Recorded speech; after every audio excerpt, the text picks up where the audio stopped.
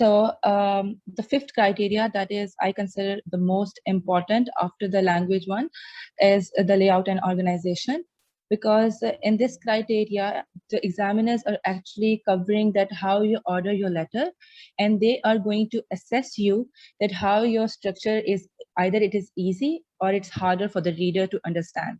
Okay, so it's a very important criteria. So after, just reading the case notes, if you have decided already the information you would like to include and you would like to exclude from the case notes, now is the time to decide in what order you will present the information. Okay, so I will cover that next slide. Okay, so the five criteria that we have is, for the first one is date and address. So the date and address, as you can see in the picture, here is the date and address.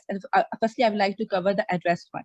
Okay, when you're reading the writing task, firstly, always put the doctor's name on the left top corner. And then you can put, if there is written that if the doctor is rheumatologist or if he is endocrinologist, you can put his specification there. After the Dr. David Torpy, you can write if there is endocrinologist or rheumatologist. And after that, you have to put the address. So here you can see that I have written the address, and also after that I have written the date. So the date, the position of the date can be either above the address or below the address. It is normal to leave a blank line space between the date and address, because it will look more formal letter. Okay. So sometimes candidates have this difficulty, they sometimes start to panic that they have written the wrong date. That I would like to cover here is that if you make a mistake in the test and write a different date or use a number that not two words, just do not panic about it, because this cannot fail you. The examiners are actually looking for your understanding of letter and writing convention in English. So for them, it is more important that you are writing a date on the letter than to write the date in the correct manner, like in 9th May. If your test is on 19th May and you're writing 18th May, it's not a problem. So next up is salutation. Okay, so I have already described about the address and the date. Now salutation. Okay, I would like to tell you that use shorter for recipient name. Like you have already written Dr. David Torpy, his full name in the address. Now go for the surname. Write Dear Dr. Torpy, and don't write the full name as it is clearly stated above. So this should be followed by a comma as well. So in all of this, the only punctuation you're going to mark is this comma right after the salutation. You don't have to put any comma or any full stop in the address or right after the date. Okay, I hope this would be clear. It was simple, and you have to start it from the left corner. So the next one that I have is subject. Okay, so moving forward to a subject. The subject is a place where information such as the name and the date of birth of the patient can be included. So now, the criteria that I followed from the OAT side, they always used to write like this, that reference, that we are referring to this patient, Monica Fisher, date of birth 12/4/1965. Why I used to write like this? Because this can actually save you words in the body of the letter, but be careful not to include too much of information here, because this is going to cost you a lot of words, and you have to save the words for the body of the paragraph. Also, one more thing, always use the proper punctuation here also. If you're referring someone, like if it's Monica Fisher or any other name, Elizabeth Fisher, you have to put a comma after the name, and then you have to write the date of birth if it is given in the case notes, like I have written here. Okay, so the next one is contents. Okay, so Zarmeen has already explained a lot about the content, what is exactly the purpose of the letter and what is the content of the letter, that why exactly you are writing this letter. So I'm gonna just brief you a little about it.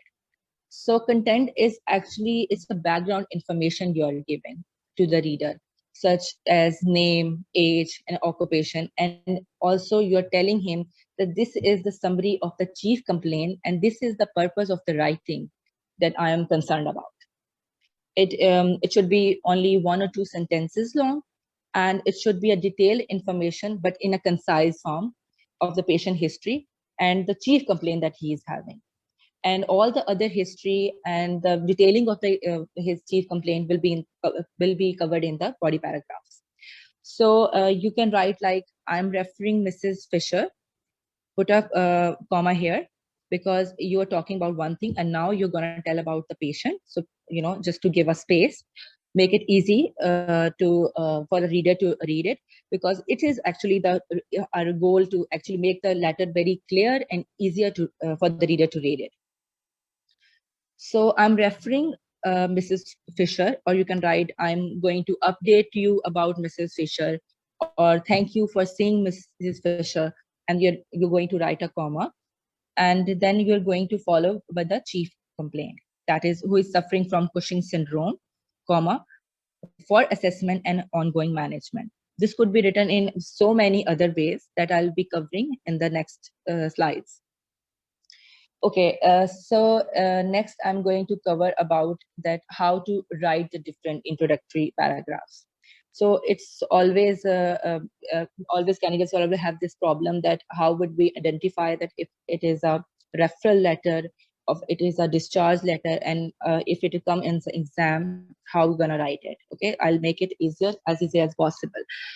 So firstly, just a little intro that I told you that you have to write about the purpose, content, and the chief complaint. But first, let's see that how many different type of letter comes in the exam, because intro paragraph will change for each one of them. Firstly, I'm going to cover as referral letter. Okay, next up. And the next one would be discharge to a GP. And then would be requesting an urgent assessment. Maybe some patient is in acute asthmatic attack, maybe patient have some adrenal crisis, you will be requesting an urgent assessment. The next step is two associated condition on referral, like patient is having some conditions simultaneously at one point, like patients having bipolar disorder and also having a psychotic depression. And the last one would be discharge referral to another doctor. So starting up with the referral letters. So referral letters are most common ones, and they are the most easiest ones as well. So there are three different ways how you can start a referral letter and how you can write its introductory paragraph, in which we'll cover the content, the purpose, the chief complaint, and why we are writing this letter. Okay, so you can start with thank you for seeing Mr. Jones. You can start with I'm writing to refer Mr. Jones. You can start with anything like I'm going to write to refer Mr. Jones. It could be any way, but your purpose and content should be clear. Here are some example of the referral letters. Like if you are writing thank you for seeing Mr. Jones, a 40-year-old forklift driver, you have told the reader that this patient has this occupation because this occupation is relevant to the history. You have to write it. If this patient is a doctor, or maybe if this patient is some other person like a typist, you don't have to write it with the back injury. The reader need to understand that this occupation is written here because it's relevant here. So you will put a comma.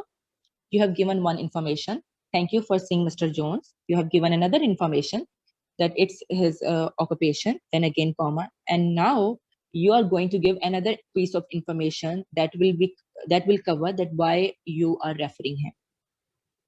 So that would be, who wants to return to his work after a back injury?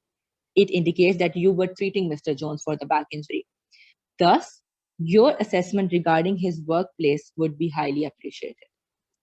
Now, your assessment regarding his workplace would be highly appreciated will come in that what you want from the reader, the person you are, the recipient, what you want from the recipient. Okay, So there are some other examples, but always remember, I'm going to repeat it. Start with that you are referring the letter, you are updating the letter, you are discharging some patient, you are going to have some urgent assessment, then name of the patient with the surname, then put a comma, write the occupation if it is relevant. If it is not, just skip it. Then put a comma if you have written the occupation. Move forward and then start with the chief complaint and your actually purpose of writing the letter. So there are some other examples you can read. I'm writing to refer Joshua, a 2 months old male infant who is presenting with constipation and some symptoms suggestive of mild dehydration. Again, your purpose, therefore your further assessment and management would be highly appreciated. Same goes with the third one. Thank you for seeing Mr. Simmer, a 60-year-old retired academic who is presenting with very painful left first toe consistent with gout. Therefore, your assessment is will be highly appreciated, or anything you can come with the line you want.